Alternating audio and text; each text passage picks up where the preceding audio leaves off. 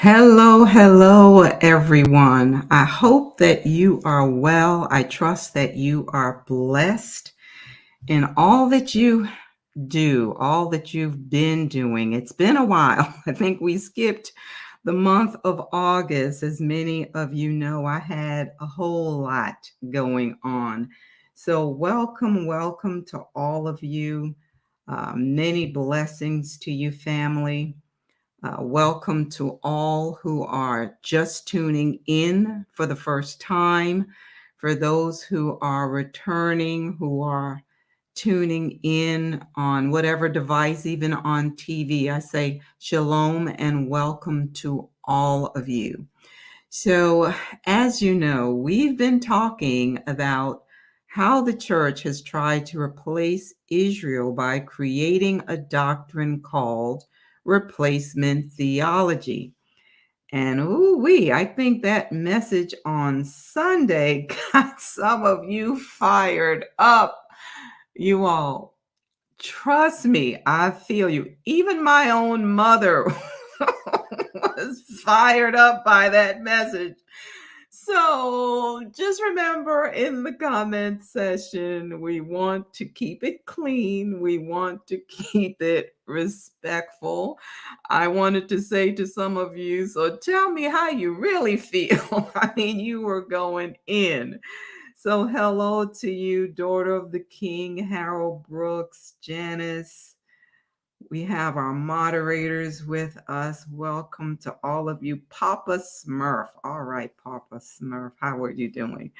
So I'm going to dig into this because I do want to have more time for you all to share your comments, because I know, trust me, I know as I was studying through this, it was like, you've got to be kidding. So tell me, did you know that this was a thing? Put that in the chat, because I'm just going to be honest. I did not know how widespread this ideology of British Israelism was until I really got into the study. I did not know. So if you had already heard about this, if you knew that, this is really widespread. I don't know if you know that. But if you knew, let me hear from you. Put it in the chat. All right. So Harold said he didn't know. Tone said yes. Okay, Sheila, you didn't know either. Cecilia, no. I'm not going to try. I'm just going to do your last name, Kalab. You knew. Angie said she heard about it. Naturally Reborn, no. Ernest, yes. Okay, good. So we have a good mix. Maria, yes, she knew. Percy, yes. SC, no, I didn't know. And Thadrian, I heard about it, but gave no credence to it. No, but you all, here's the thing. They have to believe this, because particularly now, as you see all of the information coming out in the media as they prepare for this coronation, you're going to hear a lot of this being talked about. So if you're just tuning in and you did not watch the session from this past Sunday, please, after the lives, at some point, go back and listen to it, because I'm going to pick up where we left off. And I really want you to get the background of what I'm talking about. So my question on Sunday was, who has the right to sit on David's throne?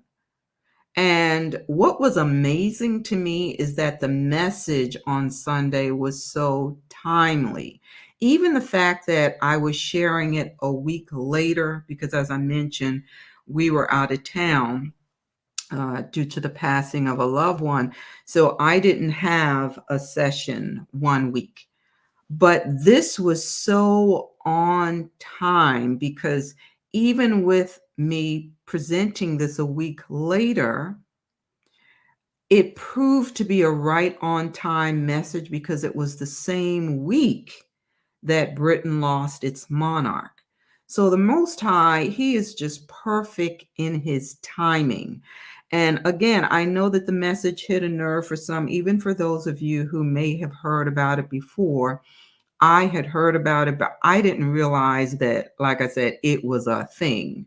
And some of you were very clear about how you felt. So again, in the chat, remember to keep it clean, keep it respectful, because we want others to be able to come back and watch it later. So before I get started, I want to say again that some of you notified me that some are being unsubscribed from channels, not just mine, and you're being unsubscribed unknowingly. It also happened to me. When I found out that this was happening, I checked some of the channels I had subscribed to, and even though their videos would show up in my feed periodically, I had been unsubscribed from their channel. So you all know what time it is, right? So you want to double check, not just on this channel, but others you listen to regularly. We know who we're dealing with. So let's get into this. Again, let's pick up where I left off. And I want to begin by showing a clip from a site called Useful Charts and it's going to give you a good summary of British Israelism. Again, it's Useful Charts. And the speaker actually grew up under this doctrine of British Israelism. And he's now coming out full force to debunk it. And the video is called The Cult I Grew Up In. So let's take a listen to what he has to say. There have been numerous theories about these so-called Lost 10 tribes, with British Israelism being only one of them. Other theories include one in which the Japanese are the descendants of the Lost 10 tribes, and another, mostly associated with Mormonism, in which certain Native Americans are the descendants. But according to British Israelism, the Lost 10 tribes migrated north and then west around the Black Sea, eventually ending up in northwestern Europe, where, for example, the tribe of Reuben became the nation of France, and the tribe of Dan became Denmark. But British Israelism is primarily concerned with 2 out of the 10 lost tribes, Ephraim and Manasseh.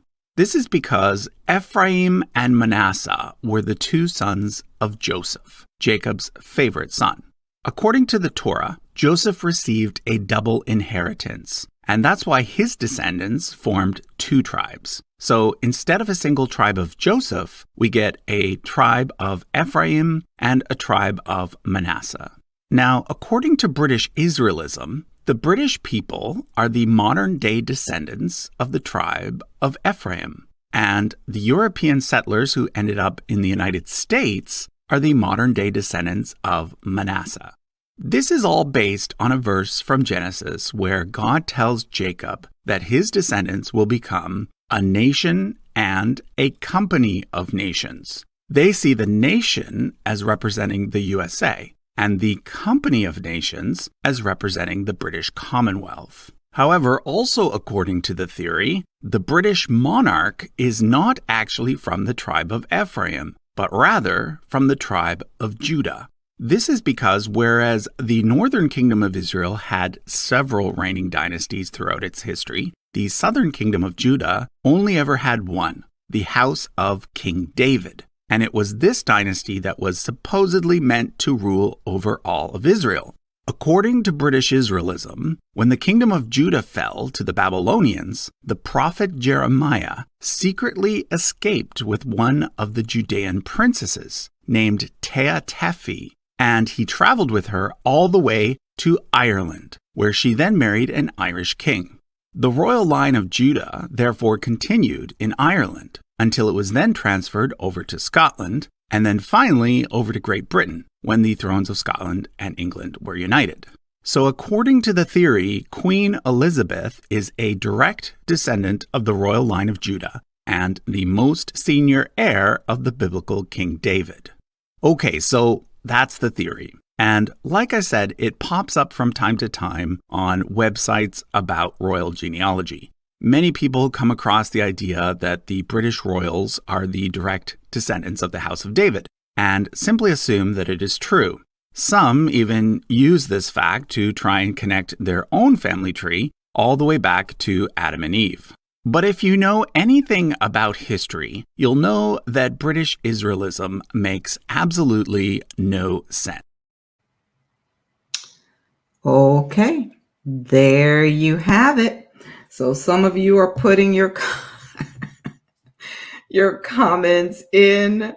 Look, Danielle's like, judge them right now for these lies.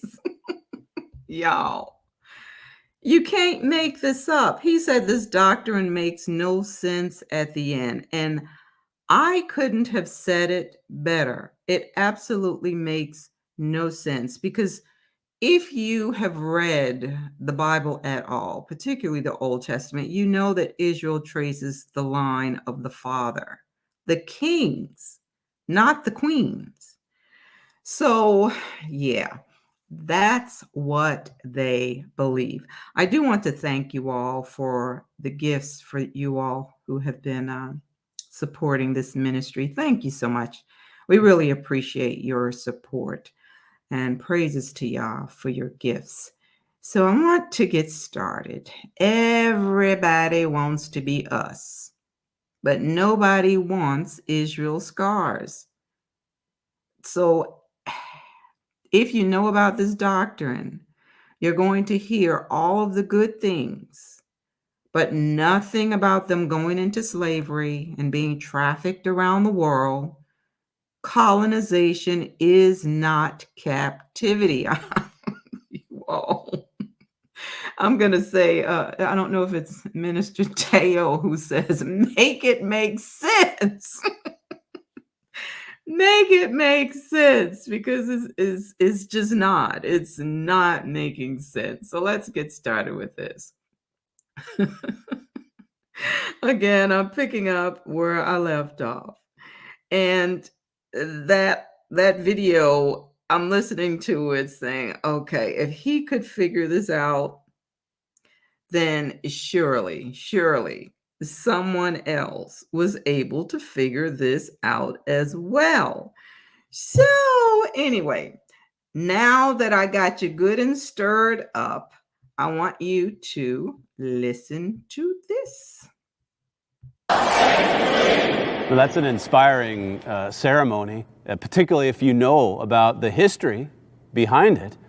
And in the next week or two, we're going to produce a few programs here that look at some of the details of that ceremony. Today, I just want to focus a little bit on this remarkable queen, Queen Victoria. To begin with, let me just quote to you what it says in a journal from 1837. This is the London Sun, and it's an article. It was printed around the time that she was coronated, Queen Victoria, and it's talking about the origins of the British monarchy. Notice what it says here. Between the seat and this board is enclosed a stone, commonly called Jacob's. It says later on, history relates that it is the stone whereon the patriarch Jacob laid his head in the plains of Luz. It's talking about history that's recorded in our Bible in Genesis 28. If you'd like to go get your Bible and read along with me, this is something that, as the London Sun pointed out back at the time of Victoria's coronation, that was just history. It was common. People were more aware of it then than they are today. Now here in Genesis 28, there's something amazing happening, and commentaries, of course, just go crazy almost, trying to figure out what it means. And if we just let the Bible interpret itself, if we just accept what the Bible has to say, it really makes some of these amazing ceremonies like what we might see in a few years ahead of us really stand out as awe-inspiring events when you know how deep their roots run. Genesis. When you know how deep their roots run, you also, either the British monarchy believe this, or they are playing it up so that others will believe it. Because this message was widely disseminated by a man named Herbert Armstrong, and he was the leader of the Worldwide Church of God. He claimed to be a prophet and an apostle and said he was the Elijah who was to come. And he wrote a book in 1954 called The United States and the British Commonwealth in Prophecy. Now, as you heard, these stories were in news articles. They were presented as common history, from common history. So the man you just heard, he's a preacher from the Trumpet Daily. So yes, this is being preached. And for the first video that we watched, for him to actually be a part of that ministry, again, this is widespread. So they begin with this history of Queen Victoria, because she supposedly is of the royal seed of David. So let's hear what else he has to say. Queen Victoria, convinced that the subject is actually is the new baby, the new prince, going to be circumcised. And then this piece says, Queen Victoria, convinced that the British royal family was descended from King David, had all her male offspring circumcised. The tradition continued through Edward VII, the Duke of Windsor, and Prince Charles, who was circumcised by Jacob Snowman at Buckingham Palace in 1948. His brothers, Andrew and Edward, also underwent the same procedure. So they also went through this, and it goes back to, as this article points out, it goes back to what Queen Victoria believed. And the fact that she had her sons circumcised because she was convinced that the British royal family descended from King David. How about that? A queen on that throne who understood that her family came from King David. You don't hear that sort of thing coming from the throne today, that sort of belief. You don't find that kind of Bible history coming out of that throne in London. Going back to this history with Queen Victoria, how much did she know about what the Bible says? I mean, if she believed she came from the line of King David, did she understand about that covenant that God made with David in 2 Samuel 7? That everlasting covenant that God promised would endure forever? Did she understand about that covenant? Did she understand that she was actually sitting on not her own throne, but on the throne of God? That's what the Bible calls it. All righty then. So let's see what some of you have to say. Cecilia says, even those around the Israelites wanted to be like them and became circumcised. That doesn't mean they were Israelites. Now, you got that right. Adrian says, absolutely nothing. They're making it up as they go. Yeah. As Harrison, she didn't understand, and neither does he. Tracy, a lie, don't care who tells it. Greg, apparently nothing if she believes she's King David's seed.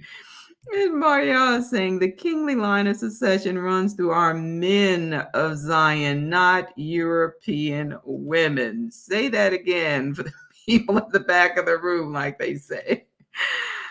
Is it Darosh? It says, is he trying to convince himself of the lies he's about to tell? Possibly. Yeah. B. Smith, King David was no coward. No, he was not. So let's see. Zahabiyah. I can't wait. These people, the audacity. Yeah. All right, let's keep going with this. I know, look, I know you all. As I was reading, it was like, oh my goodness, really? So let's read some of the history of this. And this information is coming from worldhistory.org. So the origins of this ideology. I'm going to talk about this coronation that's coming up. It says the earliest English coronation that is recorded in detail, although it was certainly not the first, is the crowning of the Anglo-Saxon King Edgar. So it's saying that they used an ornate helmet rather than a crown. But after William the Conqueror, this tradition began of holding this lavish coronation ceremony at Westminster Abbey. If you all have not done some research on that, look into Westminster Abbey. So it says William was himself crowned there on Christmas Day. Hint, hint. Subsequent kings and queens, all keen to maintain a link with history and emphasize their legitimacy for the role, repeated many of the ceremonial elements, which are still a part of the coronation ceremony today. And it really is, you all.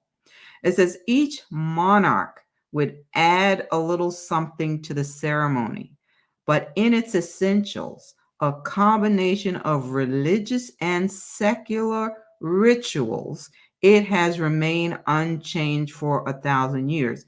And that's not surprising, because I've been saying almost since the beginning of this channel that what you find in Christianity, you find the synchronization or the merging, the blending of church and state, religious with paganism. That's what you're seeing. That's what we see now. And that is not the way that it started when the early disciples or apostles began to continue on with this ministry. Let's go on. So it says, we're talking about this ceremony now. And you notice who's officiating, right? The archbishop. They're priests. Because again, this is priest and king. This is what they wanted to take over. So it says, in the Middle Ages, monarchs prepared for their big day by bathing, a ritual act of purification conducted on the eve of the coronation in the Tower of London. This was followed by a vigil in the Tower's chapel. Both of these acts were typical of the process by which a squire became a medieval knight. So it's talking about this tradition that also began in 1399, where the monarch invested a number of new knights on the coronation eve, who became known as the Knights of Bath. Interesting. Let's keep going. So it says the first public act of the coronation spectacle was the procession, which took the monarch to the Westminster Abbey and allowed as many people as possible to view the proceedings. The star of the show wore what color? Red parliamentary robes at this point, while musicians and flag bearers accompanied the main carriage from the Tower of London or Buckingham Palace in more modern times to its final destination. So on arrival, dignitaries would follow the monarch, and you're going to see this. They're bearing various objects, precious objects, from the British crown jewels, which is later used during the ceremony. And then you have the sergeant at arms. He's serving as bodyguard, and they're carrying these ceremonial items. It's supposed to be a reminder that protection is their primary aim. But you're going to see a lot of this. Some may have changed slightly, but for the most part, a lot of this remains the same. Now, one of the most important parts of this is this anointing of the monarch. It says, Another item which survives from the pre-1649 CE regalia is the coronation spoon. This is used to anoint the monarch with holy oil at the start of the ceremony. Now, let me tell you about this oil. Supposedly, when the monarch comes in contact with this anointing oil, he or she is brought into direct contact with God, they say. They say the person becomes divine. And this anointing ceremony is supposed to be the most important part of the ceremony. So normally when they get to this portion, they have what looks like a canopy that will hide this portion of the ceremony from view. It's supposed to be that sacred where you don't actually see the Archbishop of Canterbury pour this oil onto the monarch's head, the chest, and in their palms. So you're going to see, again, a lot of this as it's played out in the media. And, I just don't think we ever paid attention to a lot of this stuff. It's been happening, but of course, the previous monarch has been on the throne, you all, for so long, almost a century. So we really have not seen it in our modern time. But now you get to see it, and you're going to see why they're doing this, because as they're talking about these things, you'll understand that they either believe or they want others to believe that they have the divine right to rule. Yeah. All right. So let's see what else you're saying. So, Ani Yin check. Oh, you're going to have to help me with that one. Help me out, sister girl. It's about to be a she said, a big earthquake is coming. Oh my goodness. Queen Mommy, they made a pact with Hasatan. Yeah. Let's see. Jamil says Jacob has the right. Absolutely. Frugal Nurse, how you doing, sister girl?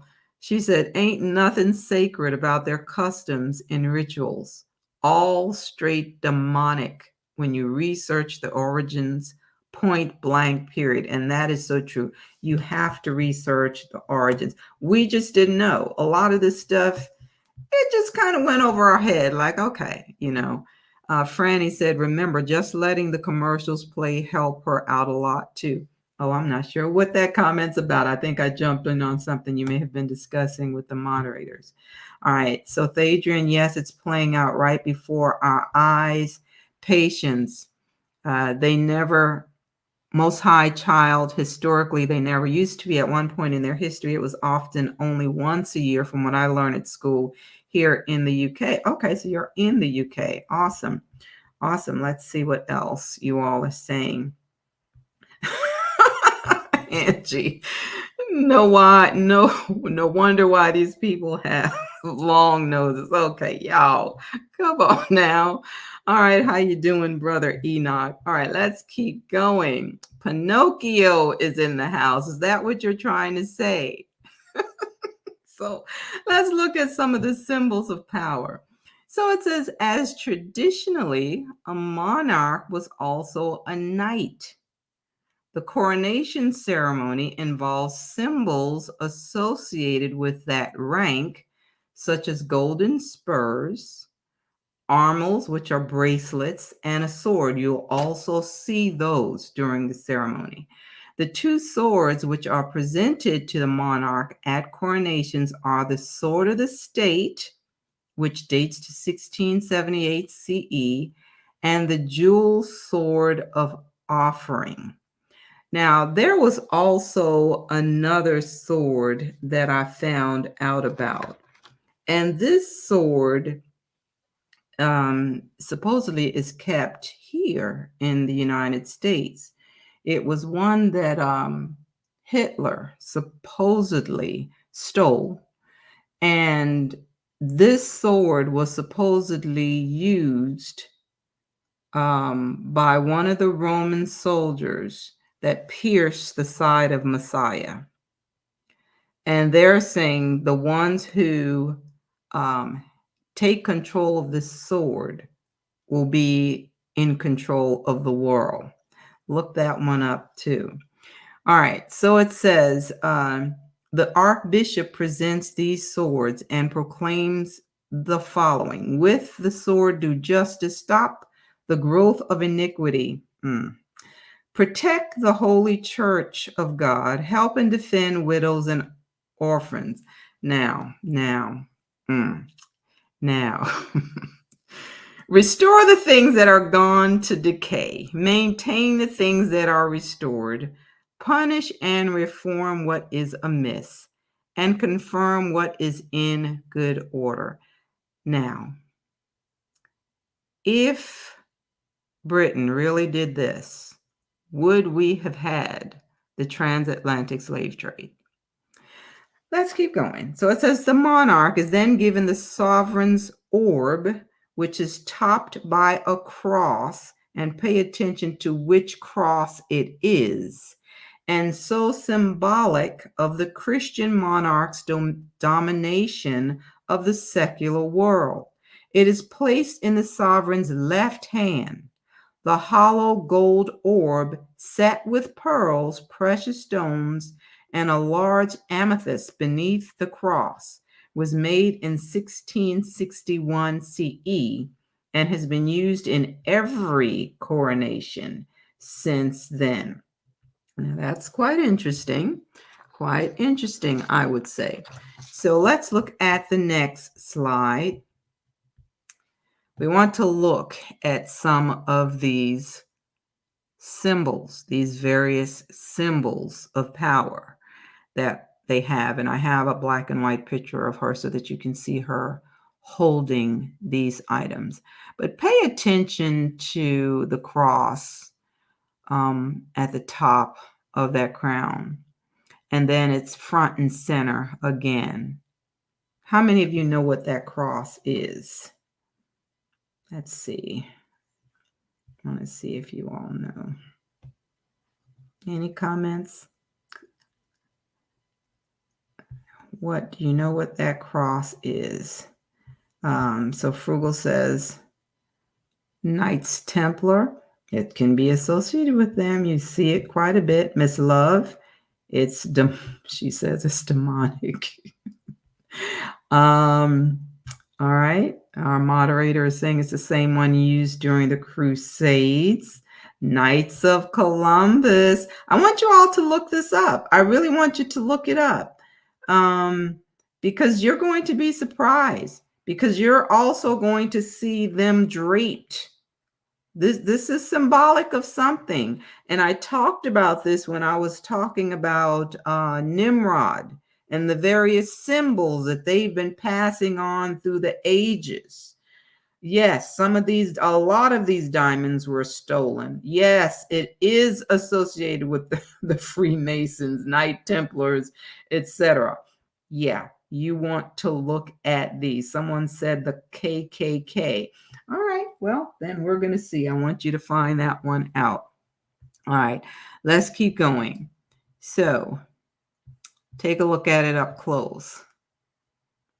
Look at some of these stones, you all.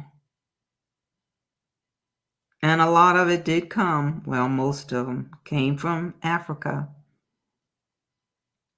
Yeah. Yeah, interesting, isn't it? This thing supposedly weighs 5 pounds. 5 pounds. Just think about that. Queen Mommy says all bloodstones. So we want to know, did Queen Victoria descend from King David?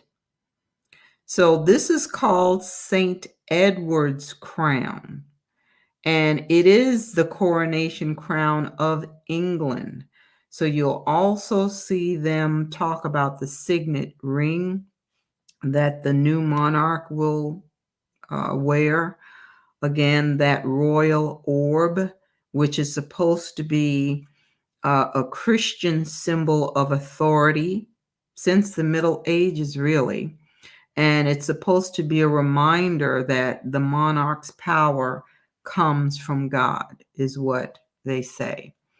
So we see this here. This is the imperial state crown. And this one was supposed to be created in 1838.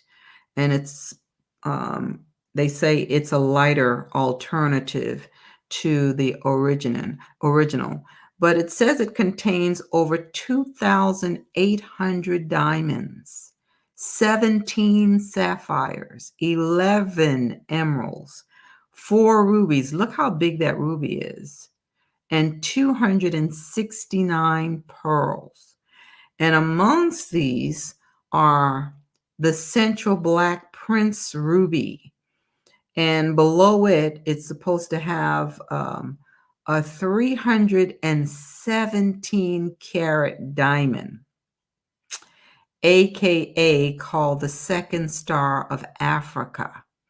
It has a sapphire, a rose cut stone, and it is supposedly taken from the ring of Edward the Confessor, making it the oldest item in all of the crown jewels. So yeah, let's continue. Again, yeah, a lot of this came right out of Africa. Let's continue reading. So it talks about the final dramatic act in this ceremony involves the monarchs, nobles, because there are those who also have their crowns. They're in the audience, and they're going to pay homage and swear allegiance to the new sovereign. And then everyone else will put on their own crowns and coronets if they have the right to wear them. And then that's why you'll hear them at the end start shouting, "God save the king, God save the queen," whichever one is being crowned. And then you'll hear the bells of Westminster Abbey start ringing. Supposedly, there's going to be a 62-gun salute from the Tower of London. And then this monarch goes to sit on this throne that's raised on this platform. And they're now receiving the homage or the worship from their subjects. Then this monarch is going to issue general pardons of those who may have been found guilty of wrongdoing under their predecessor. And sometimes they'll issue medals out to folks. So yeah, it's a big to-do, but I wanted us to understand the significance and how this connects to our history, our heritage. And then I did have some excerpts I wanted to highlight from the Missing Links. This is the book that I used from the message on Sunday, The Missing Links, talking about how the Anglo-Saxons are they make up the 10 tribes of Israel. Now, if you're not sitting down, you may want to sit down for the rest of this. All right, so it says, let me just get this. Here are a few of the many unmistakable signs of Israel's footprints on her way to the islands. The names by which they have been known. So they have been known by the names Saxons, Angles, Goths, Danes, and I assume this is Decay, Vandals, and Simri. Listen to this. All are clearly of Hebrew significance and associated with Bible history. Only thing is, when you go to Genesis 10 and you look at this history, these folks are descended from Japheth. Let's keep going.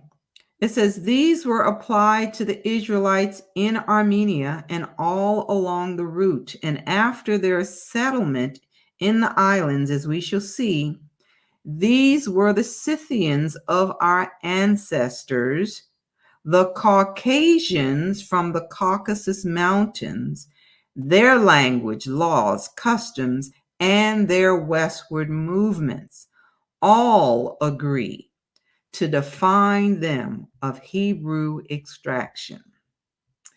The author, remember this was written by a reverend now in 1901, he says that the tribes first landed on the islands were not of a different race. So they were all the same race. Even the ordinary reader of history may be well assured. On this point, we quote two brief but clear witnesses. Listen to Professor Huxley. He says the invasion of the Saxons, Jutes, Danes, and Northmen or Normans changed the language of Britain, but added no new physical element. Therefore, we must not talk anymore of Celts and Saxons, for all are one. Yeah, they're all Europeans. He says, I never lose an opportunity of rooting up the false idea that the Celts and Saxons are different races. And then he says, again, Dr. Bedeau, he says, spite any possible shades of difference in language, the evidence of a common national feeling among them, talking about the Saxons, Angles, Jutes, and other invading tribes, a consciousness of racial identity was very strong. So we're talking about the same group of people, you all. Same group. Now, listen to this quote from Jordan Maxwell. And I see that this is, all right, hopefully you all can see it okay. It says the United States government is being ruled from the White House. The government of England is being ruled from what is called Whitehall. And Whitehall, like our White House, is the symbol of power because the hall is like the Masonic Hall, the Lodge Hall, the Union Hall. For Jehovah's Witnesses, it is the Kingdom Hall. And it is the kingdom because Jehovah's Witnesses, like their Mormon brothers, the Seventh-day Adventists, and Christadelphians. Now, I had not heard of that group before. Worldwide Church of God. All of those groups are British Israelite Masonic cults. He said that now, Jordan Maxwell. And he says, organized, directed, and financed by 26 Freemasons of the York Rite class. Freemasonry gave birth to the Mormon Church, Seventh-day Adventists, Christadelphians, Jehovah's Witnesses, and a host of other cults and groups, which can be considered to be British Israel Masonic cults, who are going about telling everyone that there is going to be a new kingdom and, listen, a new world order, and that white folks are going to rule the world. I thought they already did. Since that's why the blacks are not looked upon very highly in the Mormon Church or anywhere else in America, because this is a white man's country. It has to do with where we come from in England and with God's kingdom and the United Kingdom. Is that where the name came from? And the kingdom that is coming is going to be ruled by white men. Those are his words. Those are his words. I'm definitely going to have to pause and see what you all are saying about that. Prisoner of hope, do not be deceived. Queen Mommy's just laughing. Chosen daughter of Zion. Okay, let's see what she says. I missed your comment. I think it went by me too fast. Aniyin says, so all these people claiming to be Judah, yet they look different. Judah should still look alike all over the world, you would think. Esther, he right. All those religious organizations were seeded with money from a secret group. Research it. For real, you all. And I've been covering a lot of it already.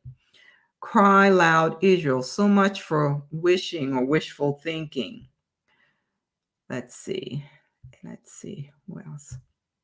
Patricia, these heathens are in for a huge shock. Natalie, yes, United Kingdom and United States. Freemasonry Foundation. Lucifer. Carmen, their time is up.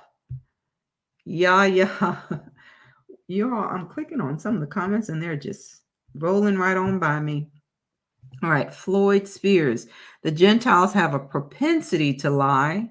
They have bought into this diet, which allows them to make up anything and everything. Well, yeah, because who's going to challenge them? I mean, for real, who's going to challenge them? Floyd, the Gentile. Okay, I already covered that one. Dark Skin Brother 2. They have already had their time to rule this world. Now they are on the decline. 400 years are up for sure. S. Harrison, nah, he had coffee with the Pope, and the Pope put him on. Okay. Well, Greg, let's see what you have to say. Are they reading the Bible with their eyes closed? Absolutely.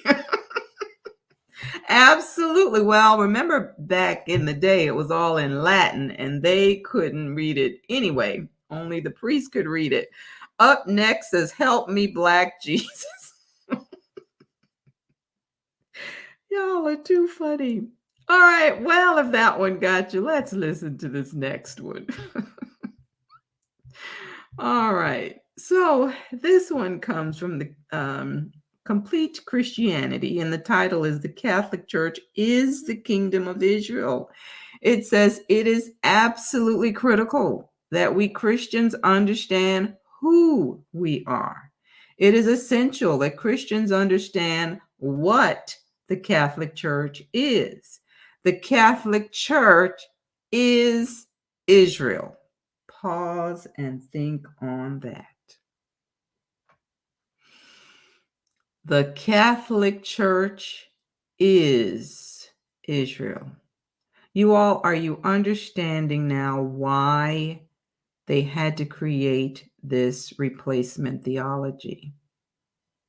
This is what brought this about. So it says Israel is the Catholic Church. So basically they're one and the same. It says Christians are modern Israelites and modern Israelites are Christians. Call this replacement theology if you want, but I see no replacement at all. What I see, don't miss this, are the promises of God to my ancestral people, the Hebrew people, fulfilled in Jesus Christ and the kingdom of God delivered to us as promised. In a way, more powerful and dynamic than our forefathers could have possibly imagined. They wanted a little independent fiefdom to call their own. Instead, God gave us a global spiritual empire that would last throughout the ages. They wanted the Gentiles to respect our religious understanding of God. Instead, he made the Gentiles adopted. They wanted Yahweh's name honored in our ancestral homeland. Instead, he made it honored throughout the world. They gave him a crown of thorns and a cross. In turn, he offered us citizenship in a global messianic kingdom. Replacement theology? Whatever. I call it fulfillment theology. Yeah. So let's see. Let's see. Cecilia says, They're modern Israelites after they stole our identity. And you all, isn't it making sense now why they had to have laws against our people reading? I mean, laws against those who would even teach them to read. And it's not like they couldn't read, they just didn't know this language. They couldn't read their books. So there are laws created to prevent that. Are we now understanding why it was so important to separate the children from the parents and the grandparents to make sure our true history would not be passed down? It really is making sense. Percy says it's that strong delusion. It really is. It really is. Thank you, Man Scott, for the gift. Up next says Gentiles being adopted is like the opposite of different strokes.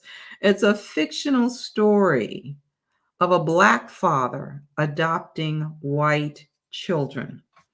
And I think this is Yakwaba. Google Translate don't even have our language. Okay. And Tizuriya, they are split, a drop in the bucket, and are considered as nothing as the Most High reigns. Felicia says, up next, for sure, up next. Thank you, Maisha, so much for your support, for your gift. And you're welcome. Thank you for that kind note. And again, Man Scott. And then Carol says, wowzers. This is what he came up with when he realized that he was Esau. Okay, well, yeah. It seems that's what he came up with. You all, as I said, there is so much more to this. I just wanted to skim so that to give you an idea of what this ideology is all about. As you read through the text, that book that I referenced by Armstrong, and supposedly they have over 1,000 proofs of how they are the people. Queen Elle says they're making stuff up, and that is what's happening in the book. Again, they say nothing about being taken into captivity, because I want to know, how do you ignore Luke 21? That was one of the things Messiah said had to happen after his death, that the people would go into captivity. So if he said the Gentiles would be trampling Jerusalem underfoot, who's in the land now? I really think they're identifying themselves, thinking that they're, taking on our history and our heritage. What they're really doing is exposing the truth. They're really exposing the fact that they are not the people. Cecilia says, because they wrote their book, simple, create a narrative and make others believe it. And again, who's going to challenge them on it? Who's going to challenge them on this? Where's an apologetic when you need one? Patience says, and removed many parts of the Bible and further insult and further insult gave our ancestors the slave Bible. Yeah, just remove whole portions. And it says they fear not Yah. They couldn't. They just couldn't. I don't see how they could. And let's see. Watch for the hook. At first I was happy. Okay, we don't want to get it taken down, so I'm going to skip that part. Then I started thinking, all these demons got to go somewhere. Oh, Lord. Up next, they're doing the easiest captivity. Look, see? Look at that now. What kind of captivity is this? I mean, seriously, you own everything. You get to colonize everybody. But yeah, okay, let's keep going. Micah, also remember, the Pope said 2 months ago, He's no longer the vicar of Christ. So which is it? Well, I don't know. I don't know. Felicia, how can they be the people when they are still fighting over there? The word says we will dwell safely in the land when he brings us in. Who can't read? Victor says the lies become truths, obviously. CB, they know who they are and they know who we are. I look, I'm convinced of that. They know. They're just convinced that their God's going to defeat the Most High. Yeah, they believe it. Abbott, I always wondered why the heathens thought so highly of themselves. They believe, that's my point. They actually believe they are the chosen, you all. He says the delusion is deep. Yeah, there you go, Jamil. Ding, ding, ding. Yes, that's the cross I was looking for. So you all look that up and see who it's associated with, the group it's associated with, because that's not a traditional cross that you normally would see. Look that one up, and then you figure out why these sovereigns and are wearing this cross. Why is it that it's even on their robe? You know, it's like, okay, where did this come from? Do a research, or do some research on this Maltese cross.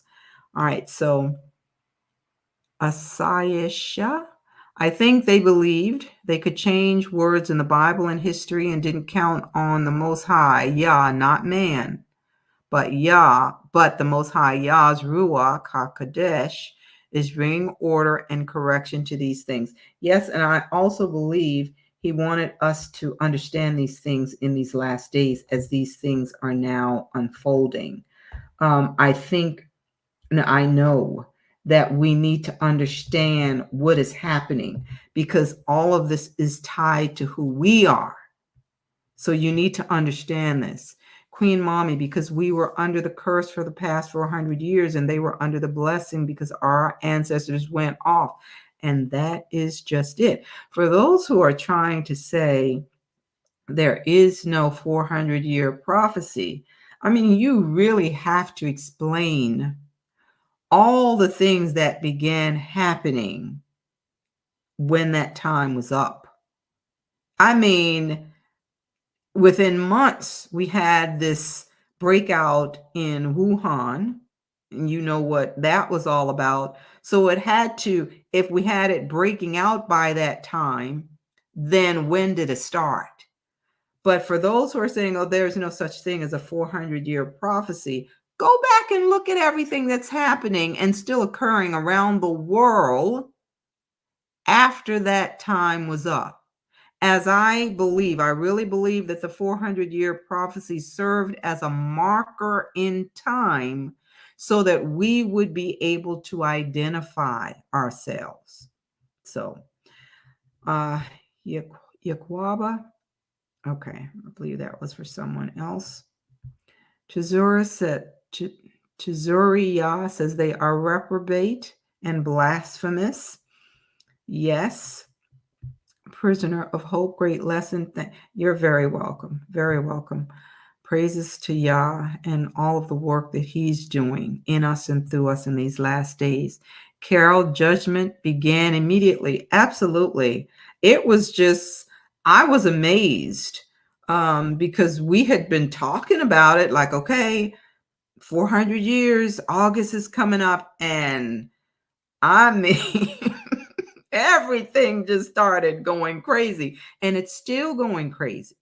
And what is interesting is that you're not getting the full story of everything that's happening around the world. We're only getting snippets of things, which is why I tend to look at world news, what's happening around the world, because there are disasters happening around the world. Is it a coincidence that the Most High's people were scattered around the world? No, I don't think so.